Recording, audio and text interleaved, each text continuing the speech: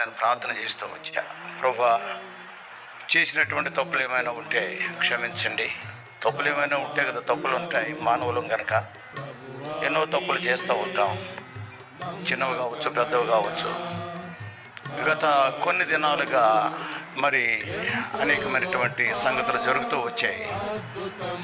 నేనైతే ఈ స్థానిక విశ్వాసిగా గత 42 సంవత్సరాలుగా నేను హైదరాబాద్లో ఉన్న ఉద్యోగం నిమిత్తం వచ్చి 1982 నుంచి హెబ్రోన్కి అటెండ్ అయ్యేది. అందరికీ తెలుసు. పరిచర్యలో కూడా దేవుడు తర్జుమాదారుడిగా, తర్వాత ఆయా రీతులుగా ఏదో పరిచర్యలో కూడా పాలు పొందుతూ వచ్చాము. అది ఆయన కృప. పరిచర్య ఎలాగున్నా కానీ దేవుడు చక్కటి సహవాసాన్ని ఇచ్చి దానిలో పెంపారు చేస్తూ వచ్చాడు.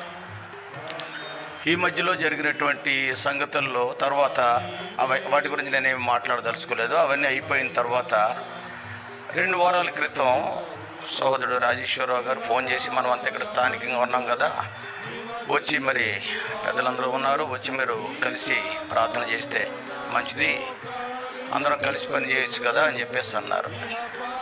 వెంటనే అన్నతో నేను చెప్పాను, అన్న నేను వస్తున్నాను అని, వస్తున్నానని చెప్పేసి అన్నాను. అప్పుడు ఏ రోజు అంటే పలానా రోజుని ఏదో చెప్పారు. ఈ టైంలో మా బ్రదర్ ఇన్లా చాలా సీరియస్ అయ్యి సిక్ అయ్యి వైజాగ్ హాస్పిటల్లో హోప్స్ లేవన్నమాట. అక్కడికి వెళ్ళాల్సి వచ్చింది. అక్కడ ఒక 4-5 రోజులు ఉండాల్సి వచ్చింది. సరే అన్న వస్తా అన్న మరలా ఫోన్ చేశారు. మరలా వచ్చి ఇక్కడికి వచ్చి వద్దాం ఏ రోజన్నా అని చెప్పేసి అనగానే వెంటనే ఫోన్ వచ్చి మా తమ్ముడు చచ్చిపోయాడు. సో మళ్ళీ వెళ్ళి అవన్నీ సర్ది నేను వచ్చేసరికి 24th ఇక్కడ జరిగిన మీటింగ్ కూడా హాజరవుదామని చెప్పేసి అనేసరికి ఆ సాయంకాలం అయిపోయింది, 7 అయిపోయింది ఇక్కడికి వచ్చేసరికి. ఆ రోజు కూడా హాజరు కాలేకపోయాం. వెంటనే వచ్చినట్టునే అన్న వచ్చాను, మరి అక్కడ మరి పెద్దలుంటే కలవచ్చంటే అన్న 2 రోజులు బయటికి వెళ్ళారు, ఏదో ఊరు వెళ్ళారు, ఇక్కడ లేరు.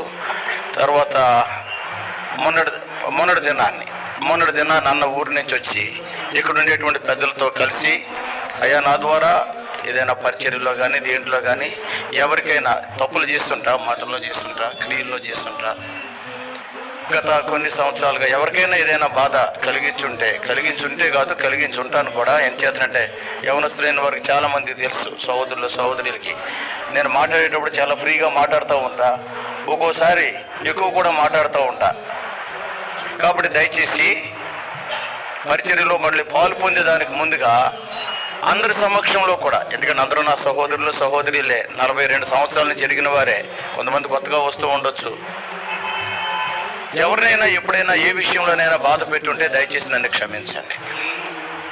నిండు హృదయంతో, దైవ ప్రేమతో. ఎందుచేతంటే ఇక్కడ స్థానిక విశ్వాసం కనుక ఇక్కడికే రావాలి.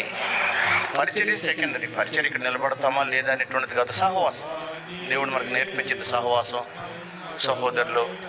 కాబట్టి కొంతమంది కొన్ని రకాలుగా అర్థం చేసుకుని ఉండొచ్చు, అపార్థం చేసుకుని ఉండొచ్చు, నేను తప్పులు చేసి ఉండొచ్చు. ఒకటి మాత్రం చెప్తున్నా, ఎవరికి విరోధంగా నాకేమీ లేదు. ఎవరైనా నాకు విరోధంగా ఏమైనా మనసులో పెట్టుకున్నా కానీ నాకు ఏమి అవ్వదు. కారణం ఏంటంటే వాళ్ళు చేసేది 2 సంగతులు: ప్రేమించడం, ప్రార్థించడం. అంతే. ప్రేమిస్తాం, ప్రార్థిస్తాం. అర్థం చేసుకుంటే లేకపోతే లేదు. ఏం చేయగలం వెళ్ళి చెప్పలేము. ఈ అవకాశం ఒక అద్భుతమైన అవకాశంగా భావిస్తున్నది. అంటే ఎవరికి ఏదైనా హాని కలిగించినా లేకపోతే బాధ కలిగించినా ఒక్కొక్కరి దగ్గరికి వెళ్ళి చెప్పలేము.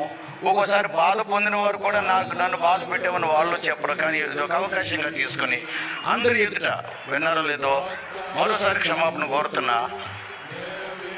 I render my apologies. ఆ రకమైనటువంటి దేవుని ఎదుట, మనుషుల ఎదుట నిర్మలమైన మనస్సాక్షితో ఇక్కడ నిలిచి ఉండాలనేటువంటిది నా భావన. ఎప్పుడు పోతామో తెలియదు. ప్రార్థన చేయండి. నా liver already 40% totally damaged. With 60% liver I am living. 2 inches stone is there in my urine bladder. Every day it will be giving pain. మా భార్య కానీ తల్లి కానీ వీళ్ళందరూ అంటారు, ఎందుకు ఆపరేషన్ చేయించుకోవడం లేదంటే దేవుడి దగ్గరికి తొందరగా వెళ్ళాలనే ఆశ ఉంది నాకన్నా. సో ఏదేమైనా అవన్నీ కూడా ప్రతి వారికి రకరకాల వ్యాధులు, బాధలు ఉంటాయి. అది ఎలాగొన్నా కానీ మరోసారి అడుగుతున్నా, ఎవరు మనసులో ఏది పెట్టుకోకండి. ఎవరికి బాధ కలిగించున్నా కానీ నాకైతే ఎవరి మీద ఏమీ లేదు. నిర్మూలమైన మనసాక్షితో నుంచి చెప్తున్నా. దేవుడే దీనికి సాక్షి. ప్రార్థన చేసుకుంటాం.